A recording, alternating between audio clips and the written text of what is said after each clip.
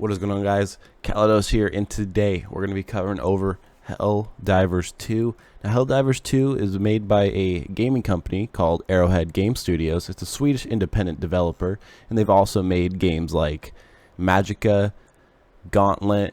They made the original Helldivers, which came out back in 2015. And then now Helldivers 2, which came out February 8th of this year, 2024. And this game has been pretty freaking awesome so far. So I've already dumped about 10 hours into it. I had a couple good game sessions, and there's a lot to go over with this game.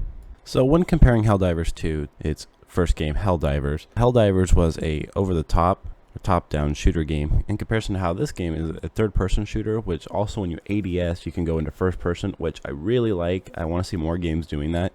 I don't mind playing the third-person game, but me personally, I like being able, when I ADS, aim down sight, to go into that first person mode, and this game offers that, which is super awesome, especially with some of the guns. ADS into first person mode is a lot better for accuracy and just for a lot more control over the weapon. So I really like how this game adds that. Now, when talking about the movement in this game, it seemed kind of janky at first, but it is really entertaining with all the ragdoll. I do like the diving, and you're able to dive and like aim and shoot all at the same time. So the movement, I think, could be polished a little bit, but for now, it's not really that bad. However, I'm not a huge fan of not being able to just freely jump, how you have to jump to mantle. But they do something pretty nice where if you're sprinting at an object that you can mantle, it'll auto mantle for you. I do kind of like that feature. I just wish that you were able to run around and spam jumping and stuff like that. I like games that are like that, that give you like the complete free mobility and not just kind of limit it to when you can actually jump over or mantle on top of stuff. One of my other critiques about this game is swapping between your primary and your secondary and your special weapon being 1, 2, and 3. I'm not a big fan of that, only because I play with a mouse that doesn't have those buttons macroed on where my thumb is, so it's a little annoying for me. I want there to be a way where I can adjust that and make it my scroll wheel or something along those lines where I can easily swap between without having to try to reach up and press the 1, 2, and 3 buttons on my keyboard. Other than that, though, most of the controls seem pretty fine in this game, how they are by default.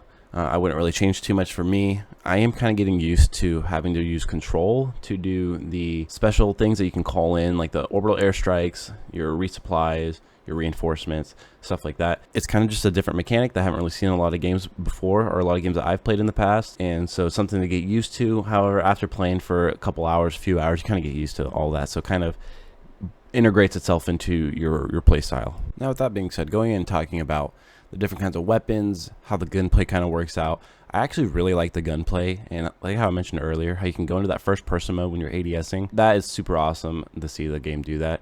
The guns feel really good when you're shooting them. You can also customize the guns to some point, where a lot of guns you can either change your zoom reticle, you can change the fire rate on the weapon, all super quickly and while you're in the middle of the game. So I mean, that's pretty cool. You can adjust stuff on the fly if you want a higher fire rate on a machine gun, if you need a 10 times zoom on a gun that you're shooting at an objective from further away, you can do that. And so that is pretty sweet. I haven't really seen a lot of games where you can kind of adjust stuff like that on the fly. It's mostly in between loading screens, in between games. So that's something that this game's doing that's pretty right. Now, transitioning to the gameplay in this, you can fight off two different factions. You can fight off the Terminids, or the bugs, or the animatons, which are the bots. Now, the animatons, from my experience, the bots are way harder missions, but the bugs also are pretty difficult when you start getting up into those higher difficulties. Now, the bugs, you'll see missions like destroying outposts, updating or research, going through and doing research labs and collecting soil samples. And the animaton, you'll see like destroying outposts, kind of similar missions in some ways,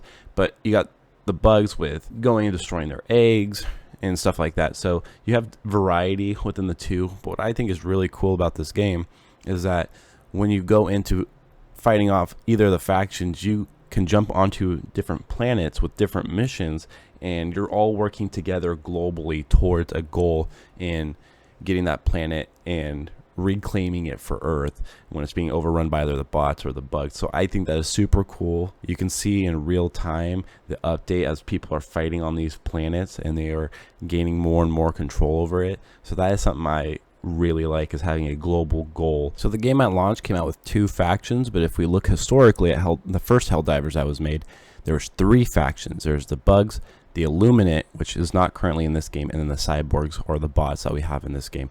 So with that being said, there may be a chance that the Illuminate, or maybe even possibly a fourth new faction, comes out leading up into Helldivers 2. So as of currently right now, this game is a co-op game from playing by yourself up to 3 of your friends, so 4-player pod. And I do recommend you play with at least 1 or 2 other people, only because this is such a hard game. And one thing I've experienced while playing is when you're trying to call in your orbital strikes, your extra ammo, your reinforcements, if you are playing with people, it's very hard to do that stuff when you're by yourself and you're getting chased by a swarm of bugs or being shot at by a group of bots. So having more people is definitely necessary when playing this game.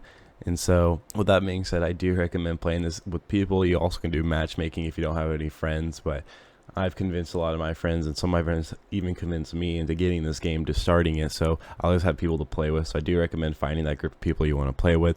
There is friendly fire, so do be warned. You learn that in the tutorial. You'll see in the future clips and videos I make of this game, a lot of the times I'm not dying to the enemy, I'm dying to my friends. So now we'll go ahead and talk into the upgrading part of this game, what you can upgrade, how you level up. I believe that max level right now is set at 20 as the base game is launched. And so there's 2 different things you can upgrade, or I guess unlock. So one of them being your player and what you have access to. So you can unlock new abilities that you can throw out, like different kinds of turrets, which have been pretty awesome to mess around with so far, and different kinds of orbital strikes, strafing runs, and also different kinds of special weapons. So in the tutorial you get the machine gun. Later on you can get an upgraded machine gun, you can get a rail gun, you can get a laser cannon, you can get a grenade launcher. So there's quite a bit of stuff, and this is what makes it really cool about playing with more people. You all can have different loadouts, and so going into a game you can carry 4 different items or different call loadouts that you can bring with you, like a grenade launcher, and then you can get in 2 orbital strikes and a mortar cannon, something like that. You can change up, and everybody else can carry in different things with them. And so it gives your team access to a lot more items than just the 4 if you're playing solo. You also have another different kind of ability that works around the whole entire squad. The first one you really get to unlock is that your whole squad starts in with full ammo and everything. Super sweet. You always are going to want somebody with that, because having all that ammo right at the very beginning can be very helpful. But then you get further on, you can get stuff like you don't break your arm or you don't break your leg whenever you take damage, or your body goes flying and you ragdoll. So that is pretty sweet, that you can get a perk essentially that covers a whole squad. Everyone can have different ones, they don't stack. And then going into the next upgrade, the type of upgrading, you can upgrade your ship.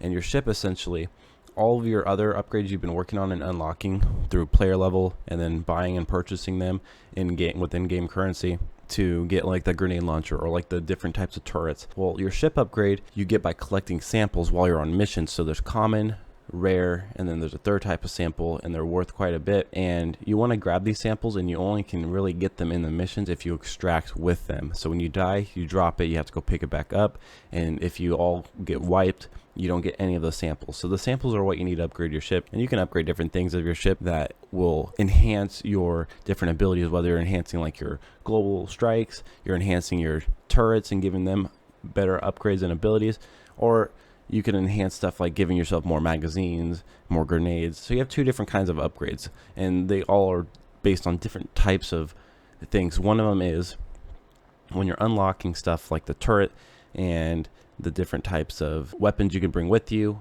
and the different types of strikes that you can bring with you, the global strikes, the strafing runs. You get all those currencies by end-game completing missions.